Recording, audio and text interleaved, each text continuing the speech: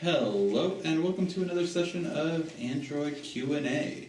This is RICKY, the Android guy, answering your questions as best I can. Alright guys, so the first question comes from Radu Lupu. Hopefully I'm pronouncing that right. But so he asks, sorry to disturb you. He's trying to decide between the iPad mini, the Transformer, and the God's Tab 2. He wants a really great web browsing experience, and he wants to be able to run intense gaming.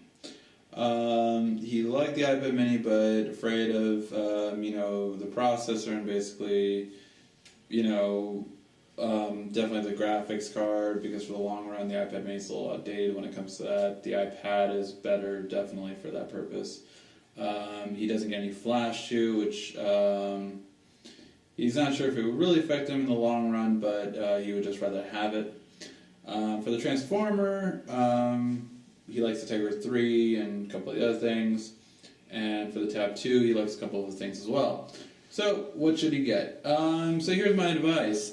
Because you wanted a tablet around this price, and because you wanted it for gaming, the current best version out of these three would be the Transformer TF300.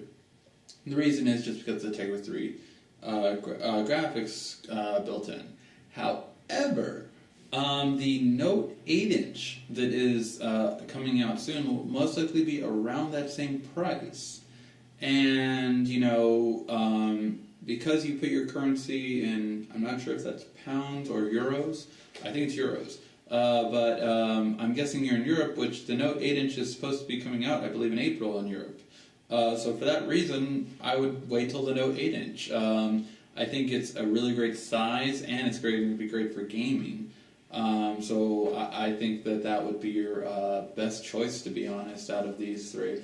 I would pick the Tegra, but the only thing is you want fluid web browsing, and the Transformer, even with the updates, even with everything it got, I still didn't like the web browsing experience on there comparing to the Samsung or even to the iPad.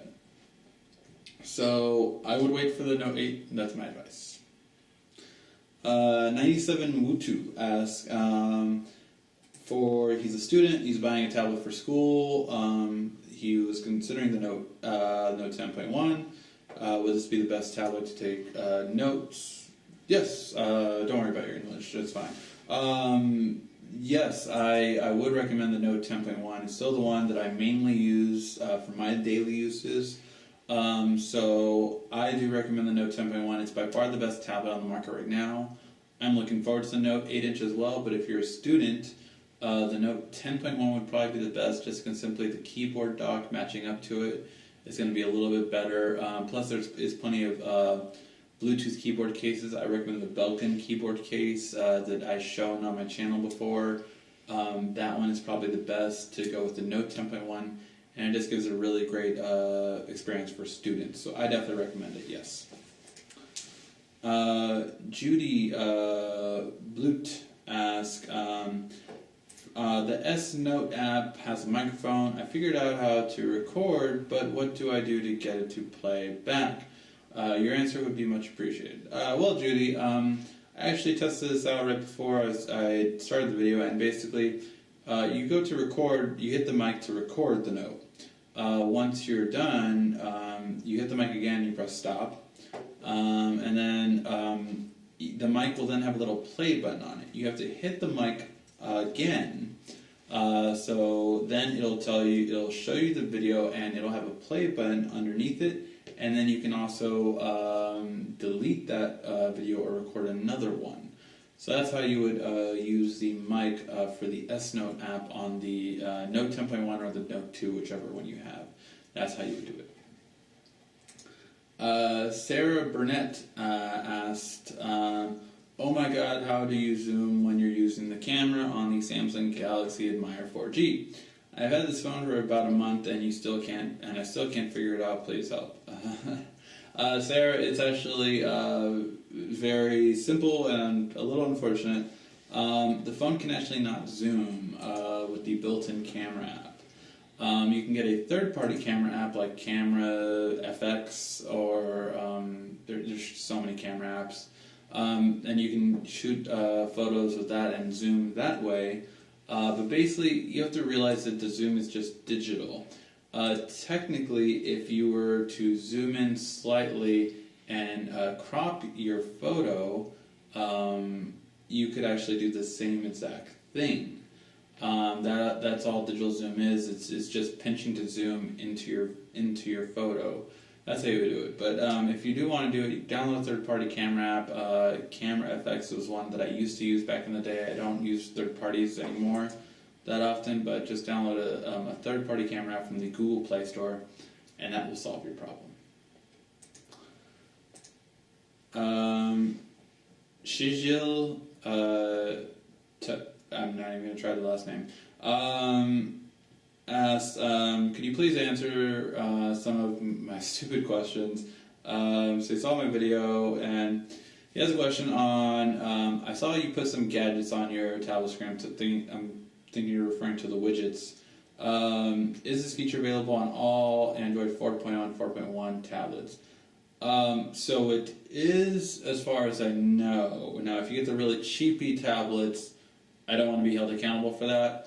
But also tablets such as like the Kindle or Nook put their own interface, so you cannot put widgets on those. If it's a tablet that changes the entire look of Android, like the Kindle and like the Nook, then no, you cannot use widgets.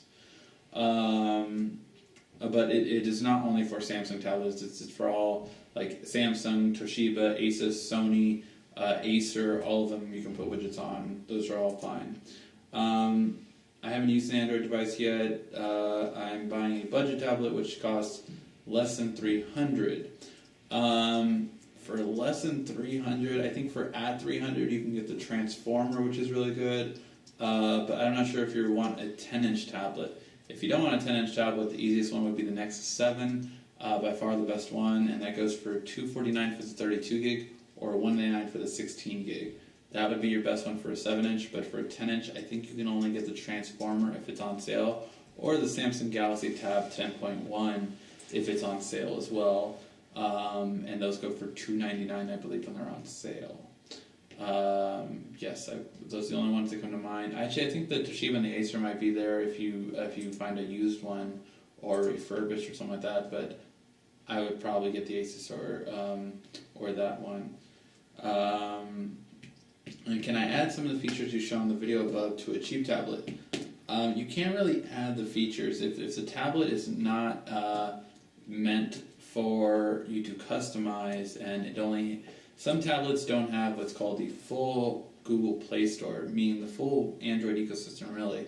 So you can only download apps that are limited, such as from like Mobile One Market or GetJar. These are different app stores that aren't the Google Play Store, that have very small, limited ones.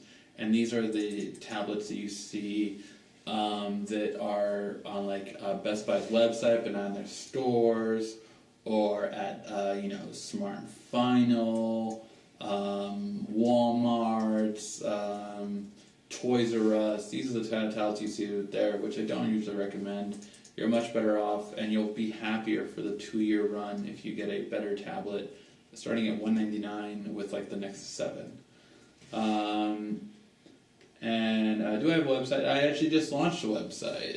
It's RICKY, TheAndroidGuy, and that's how you can check out the website. Basically, it's similar to my YouTube channel, just breaks it down and makes it more easier to navigate through all the videos. All right, and for the last question of the day from Johnny White. Hi, Android Guy. I want to say you're a cool man. Thank you. I love your shows a lot. Need some info on the Note 2. I need more memory. I do not want to root my phone at all. I have and use a lot of apps. I have a 32 gig micro SD card inside. What can I do to move apps over to the SD card? I am sorry, Johnny, but you can't. One of the reasons is Android 4.0 changed the ability to allow you to move apps over to the SD card. You can no longer do that unless you root. The reason why they did that though was because it was causing far too many crashes. A lot of the crashes from 2.3 and 2.2 Android came from having the apps on the SD card. So once they got rid of that, it became a lot more stable on 4.0, and then of course improved on 4.1. So because of that, you cannot put apps on the SD card. The only thing you can really kind of do is move all of your media content, so movies, music, photos, all that stuff, move it to the micro SD card. You can do that using the Samsung My Files app, which is built in, and you can highlight folders and move them over. But if you move gaming data, it will most likely just cause your game not to work. So yes, unfortunately, you really can't do that anymore. I know it kind of sucks. It's one of the reasons why I have to have a 32 gig version of a phone, and then still add a 16 to 32 gig micro SD card. So I'm with you there. I always need more storage. I always do. But I definitely always get 32 gig ones because I usually download about 200 apps on my phone. So yes, I need a 32 gig built-in storage along with a 32 gig micro SD card. Hopefully you're not as bad as me though, and hopefully you're kind of just close but not right there. If there's any other questions I can help you out with, feel free to ask. Alright guys, this was another weekly episode. Hopefully I answered your questions. For those of you who didn't, keep asking, and I will see my list of questions for next week. Thank you for watching. This has been RCKY, the Android Guy.